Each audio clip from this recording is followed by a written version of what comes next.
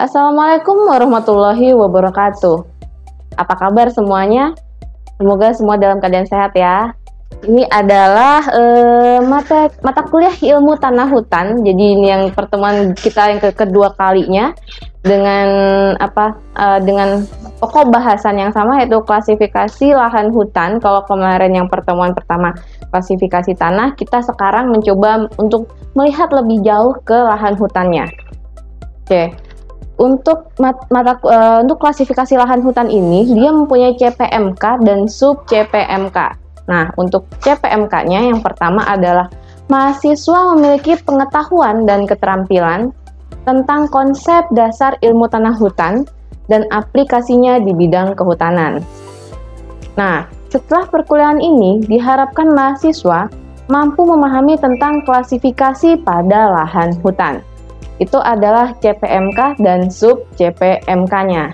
Nah, setelah CPMK dan sub CPMK-nya, kita akan melihat tentang bagaimana klasifikasi kesesuaian lahan.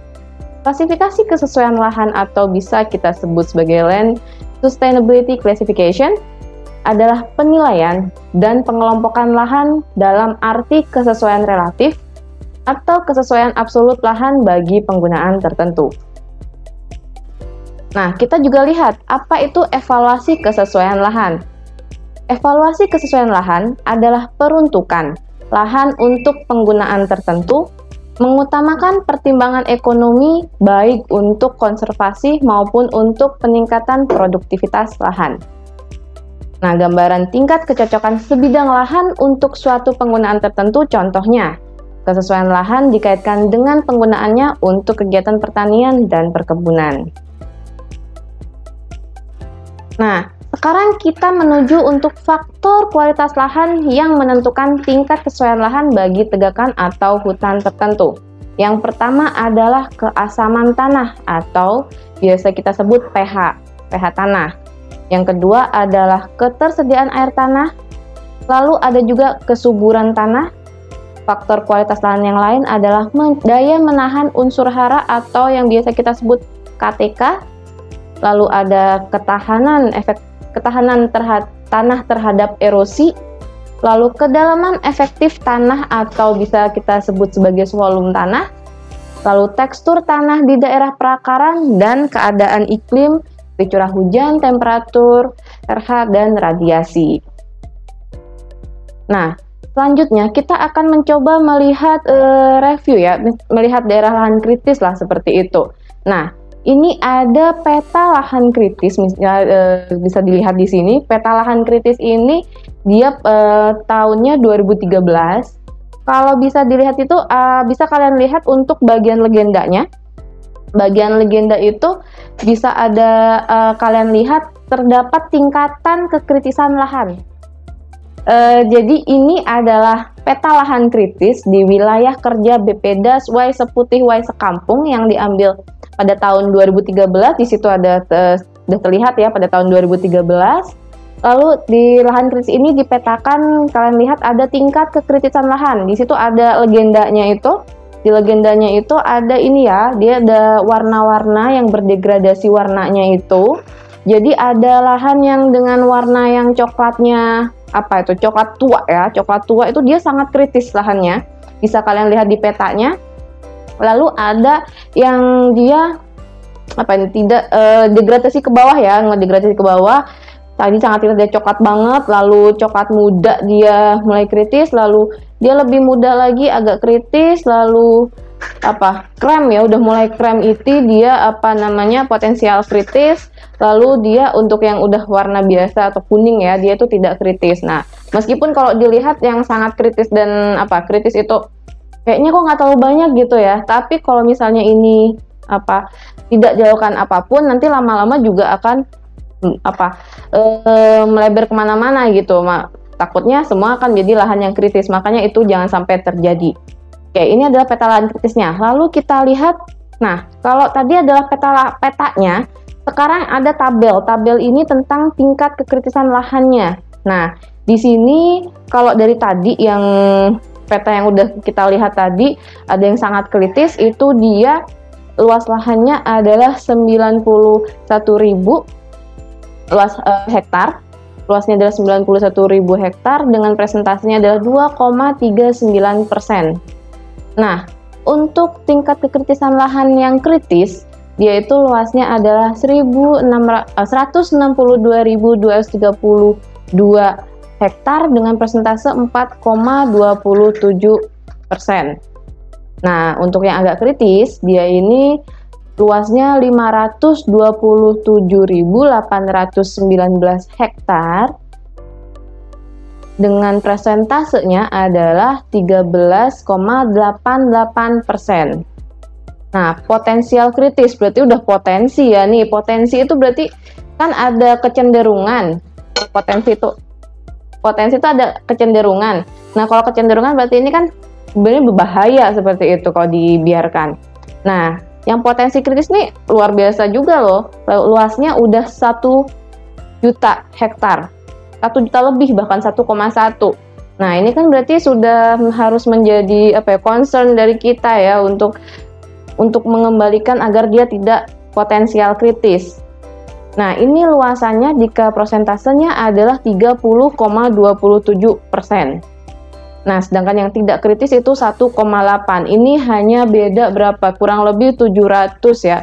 700 luasnya 700.000 hektar. Bedanya sama yang dengan potensialnya. Itu kan nilai itu sebenarnya kalau luas banget gitu sebenarnya kalau dilihat, tapi kalau dibandingkan lagi dengan yang potensialnya, dengan yang agak kritis dan sangat kritis, ini kan luasan ini kan juga mengkhawatirkan sebenarnya. Oke, setelah kita lihat tingkat kekritisan lahannya, kita akan melihat bagaimana sih dengan lahan hutan. Nah, kalau lahan hutan ini, kalau kita ngomongin klasifikasi lahan hutan, secara umum, klasifikasi dan pemetaan hutan itu bertujuan untuk menentukan tipe pengelolaan hutan atau type of forest management-nya. Nah, di mana tujuan utamanya adalah sistem klasifikasi hutan untuk mengevaluasi secara akurat volume produksi kayu secara potensial.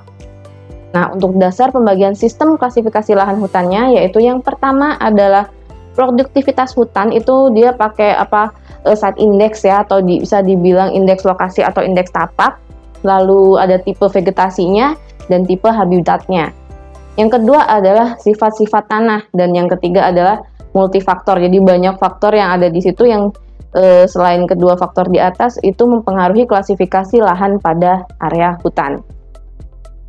Nah, yang pertama adalah sistem klasifikasi berbasis produktivitas hutan. Yang pertama tadi site index atau indeks tapak atau indeks lokasi. Nah, kalau site index ini kan dia menggambarkan ketinggian jenis tegakan dominan dan kodominan pada umur tertentu, misalnya 50 tahun. Jadi dia misalnya suatu tegakan tuh dominan, ketinggiannya melampaui standar yang ada, maka dapat disebut site index-nya baik. Nah, beda lagi terbaliknya. Kalau pertumbuhan tegakan dominannya lebih rendah, dia berarti site index-nya dianggap kurang baik. Tapi catatannya adalah site index ini dihitung pada kondisi tegakan yang alami. Jadi bukan tegakan yang sudah diberikan banyak perlakuan. Nah, itu site index ini tidak berlaku di situ, tidak bisa untuk menggambarkan kondisi tapak ataupun lokasinya. Nah, yang berikutnya adalah tipe vegetasi tumbuhan bawah. Kalau untuk tipe vegetasi tumbuhan bawah, sebenarnya ini metode tidak langsung untuk melihat produktivitas lahan dengan melihat tipe tumbuhan bawahnya. Jadi ini metode yang nggak langsung ini sebenarnya. Nah, ini sering juga disebut sebagai tumbuhan indikator. Jadi apabila ada satu jenis tumbuhan bawah tertentu yang dapat tumbuh baik, maka lahan tersebut dapat ditanami jenis tegakan tertentu dengan hasil yang baik pula. Contohnya nih, ada salah satu contoh, kalau kita ambil contoh, kita coba ambil contoh dua lokasi nih, satu di Swedia, satu lagi di Lampung. Misalnya kalau di Swedia, ini jenis tumbuhan bawahnya adalah Vaccinium myrtillus. Nah, lahan tersebut nantinya baik untuk pertumbuhan misalnya contoh seperti Rus atau Pinus pine. Nah, kalau di contoh di kita di Indonesia gitu, di Lampung misalnya, dia itu baik untuk tanaman-tanaman yang jenisnya MPTS-nya seperti pete, durian, seperti itu. Itu bagus untuk itu kalau di Lampung. Nah, untuk tipe habitat. Kalau tipe habitat ini ada beberapa hal yang mempengaruhi. Yang pertama adalah ekosistem hutan, lalu yang berikutnya adalah asosiasi sifat-sifat tanah, lalu ada iklim yang dominan selama proses perkembangannya. Nah, di mana ini kalau menurut Romezov dan Progebiak 1969, dia itu menyatakan bahwa komposisi, struktur, dan produktivitas hutan alam dan hutan tanaman itu merupakan refleksi dari variasi sifat tanah dan kondisi dari iklimnya. Jadi itu adalah tipe habitat. Nah, selain sifat tanah, iklim, faktor lain yang berpengaruh, itu ada faktor ekologi yang berpengaruh di situ juga. Ya bisa kita bedakan, kalau ekologi kita bisa ngomongin faktor biotik, ada faktor abiotik. Nah, kalau faktor biotik ini dia misalnya adalah mikro dan makro dari flora dan faunanya. Misalnya berbagai jenis jamurnya, bakteri, nematoda, jadi mikro makro fauna flora seperti itu. Nah, kalau abiotik kan bedanya biotik dan abiotik kan, kalau abiotik itu kan dia bisa dibilang masuk makhluk hidup seperti itu ya. Nah, kalau abiotik ini dia yang berarti bukan hidup. Jadi kayak misalnya iklim, edafik, fisiografi ini masuk dalam faktor abiotik. Iklim itu misalnya radiasi matahari ya. Lalu ada suhu, lalu ada evapotranspirasi, itu masuk dalam faktor abiotik. Lalu untuk edafik ini misalnya kelembapan tanah, pH, sifat fisik tanah. Jadi yang hubungannya dengan edafik semua itu masuk dalam faktor biotik ini. Nah, lalu untuk fisiografinya misalnya ada kelerengan, erosi, lalu ada banjir dan lain sebagainya, itu masuk dalam faktor biotik. Nah, untuk selanjutnya kita lihat, nah ini adalah salah satu faktor yang bisa dibilang agak kita melihatnya agak harus lebih luas gitu ya, karena antropogenik itu kan manusia. Kalau manusia itu kan suatu hal yang ya ada susah-susah gampang lah seperti itu ya. Nah, yang pertama kayak pembakaran lahan ini dulu yang tidak terkendali, sampai sekarang ada control burning gitu, tapi ya tidak dengan segitu gampangnya hal itu bisa dikendalikan. Jadi ini tetap menjadi salah satu faktor yang bisa memperburuk suatu keadaan kan, seperti itu. Nah, lalu ada peternakan atau pengembalaan ternak. Ini permasalahan di daerah sekitar hutan yang sudah dari zaman dahulu sampai sekarang masih terjadi. Jadi dia bisa menyebabkan yang tanah-tanah memadat seperti itu kan, terinjak-injak oleh ternaknya, habis itu merusak tanaman-tanaman muda apalagi seperti itu. Jadi memang salah satu faktor antropogenik itu ada di pengembalaan ternak. Lalu ada drainase.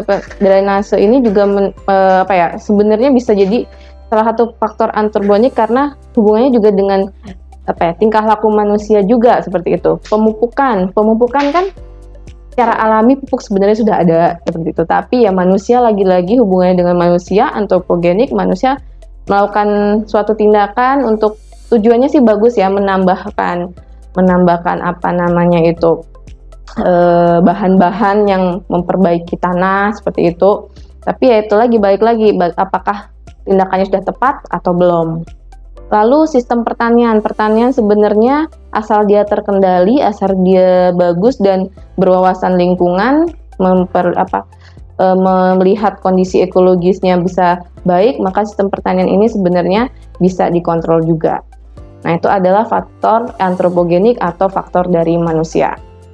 Nah, selanjutnya ini adalah klasifikasi berdasarkan dari sifat tanahnya.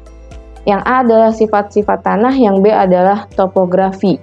Nah, untuk sifat tanah, yang pertama adalah kondisi drainase, dilihat apakah dia baik atau buruk. Lalu bagaimana ketebalan horizon tanahnya, diingat-ingat lagi tentang materi ITH, silahkan. Ini kan pasti semua udah dapat ya ilmu tanah hutan, jadi silahkan diingat-ingat lagi tentang horizon tanah. Lalu kedalaman perakaran dari tumbuhan sendiri itu juga mempengaruhi. Lalu ada sifat fisik tanah ini, ada warna, tekstur, particle density, itu. Lalu ada selain fisik tanah juga ada kimia tanahnya juga berpengaruh, yaitu misalnya pH tanah, kesuburan tanah. Lalu untuk topografi itu dia kan ya bagaimana kondisi lahan ya, berarti misalnya kelerengan lahan, yaitu landai atau curam, ini juga menjadi salah satu faktornya. Nah, untuk selanjutnya ini adalah klasifikasi yang multifaktor. Nah, kalau udah multifaktor yang selain yang dua tadi di atas kan ya, nah ini pendekatan klasifikasi multifaktor itu dia tuh dilakukan secara holistik terhadap kondisi iklim, relief atau fisiografi, kondisi geologi, tanah, air tanah, vegetasi, satwa, dan juga manusia.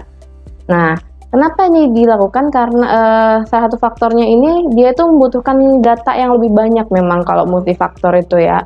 Lalu ya kita nggak bisa tutup mata, memang biaya itu menjadi salah satu hal bisa jadi kendala ya dalam tanda petik kayak gitu karena biaya lebih besar.